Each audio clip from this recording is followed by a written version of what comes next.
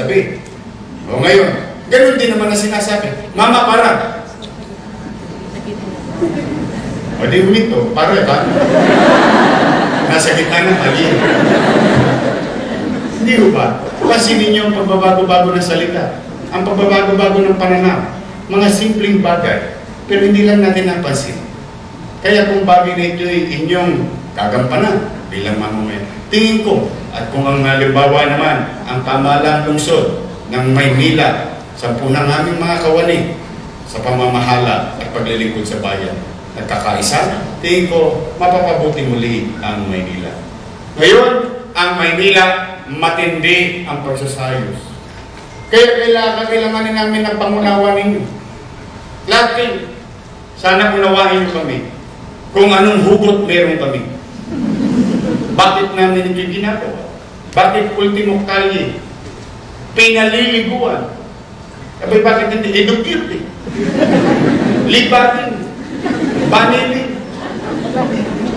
Bakit namin kailangan ibalik muli sa taong bayan ng kalsada? Bakit? Yun naman talaga ang batas ng kalye, bangketa, ay para sila. Even the Supreme Court said, roads, alleys, boulevards, highways are beyond the commerce of men. That's what the Supreme Court said, and that is what the Supreme Court said. It's formed part of the law of the land. Well, that's my professor said to me.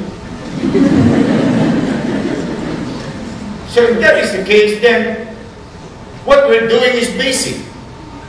What we're doing in Manila is elementary of governance. The ABCs of governance. We have not done anything yet, with all honesty.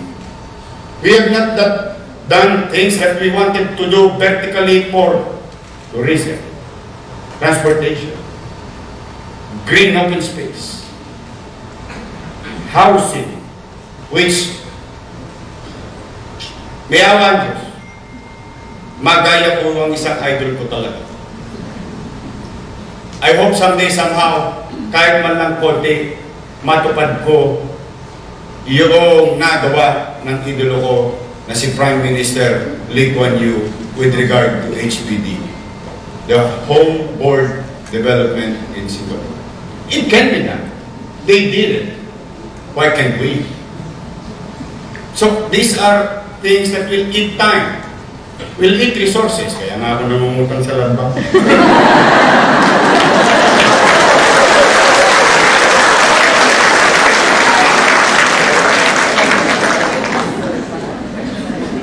So, kaya po, habang hinihintay ko ang mga bagay na yan, habang hinihintay ko yung 2020 para may bagong pera sa lapi at may bagong budget kung saan doon mo makikita ang direksyon ng isang lokal na pamahalaan. Sapagkat ang budget na kinakarap namin ay lumang bisyo. Kung meron man, hindi namin alam. Pero, pasasaan ba? Dahil sigurado ako, sa 30, may sweldo ako. May gawin ako wala. Maghintay na lang ako ng Enero. Nyanyang-ganyang na lang ako sa kanto. Siya, may bagyot, may dilubyo. May sweldo ko, automatic sa lang bank yun. But I cannot take it. I really can't. I cannot take this sitting down. Then we went to basic. And that's what we call elementary in governance. Ngayon, napapabalita ang Manila. Ay, maraming salamat sa mga natutuwa, nalulugod sa nangyayari sa Manila. Pero sa totoo, wala pa talaga.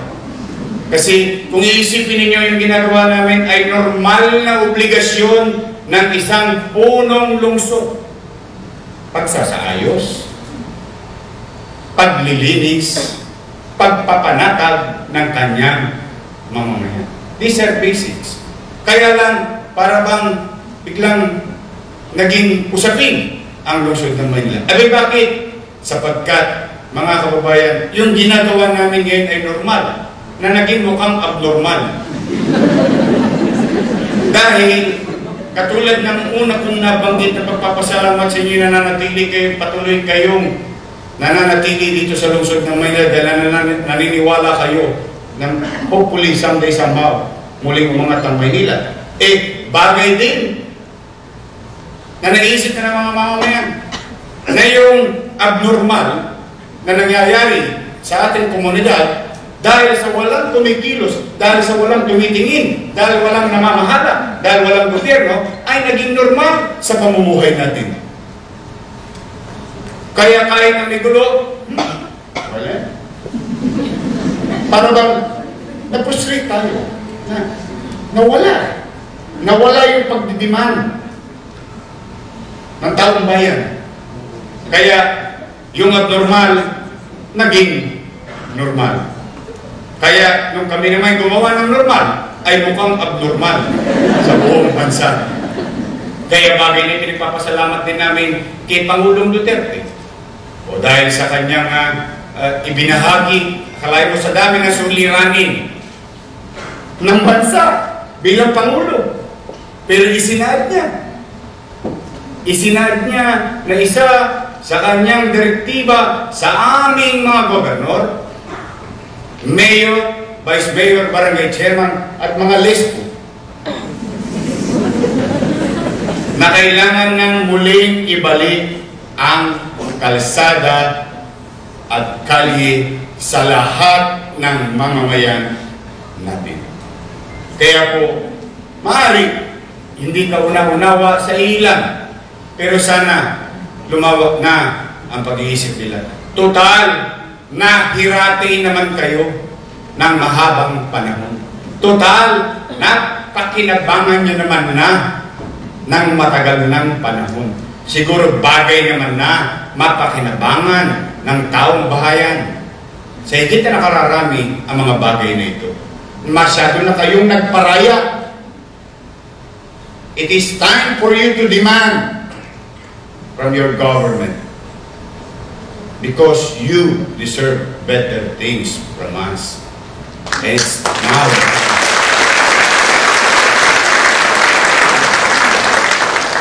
Kaya po, sa maliit din namin kaparaan,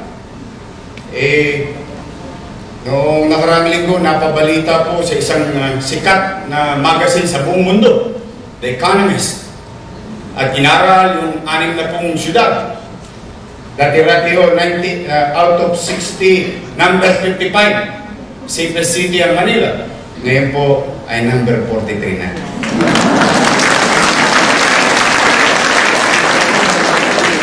Yay lang. But with your help, we'll be number 30. With your help, we'll be number 20. With your help and cooperation, maybe, why not? Yes, it's true.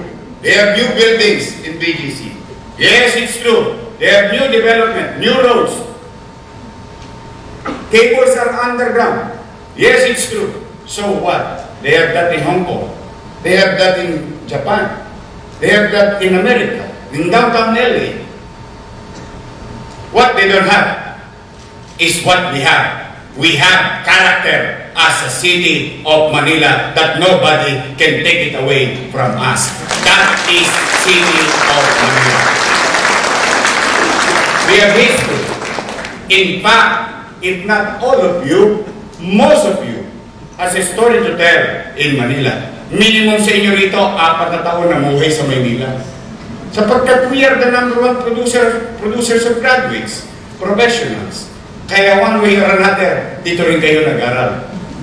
Kaya meron kayong kasaysayan. Kaya meron din kayong utang na loob.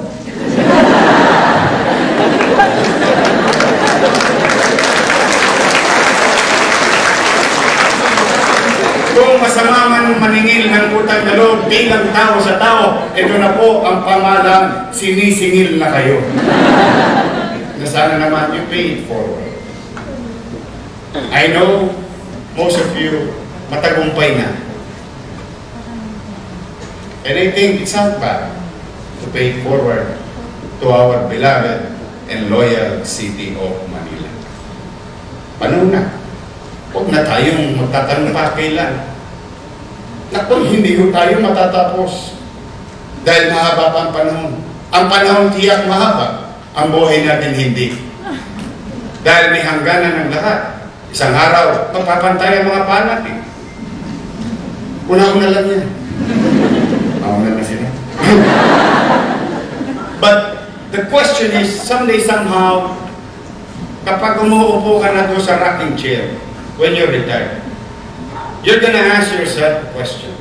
What I have done to my fellow men? What I have done or did for my neighbors, for my city? Ano sinare ko bilang tao? True, you need economic growth. True, you need professional growth. But, yun lang ba ang halaga ng buhay?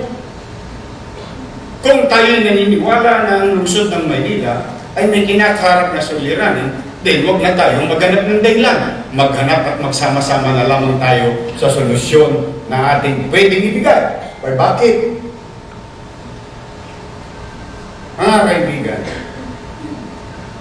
huwag kang umasa, if I may say, like what Einstein said, don't expect different results will come to you tomorrow if what you did today is the same as yesterday.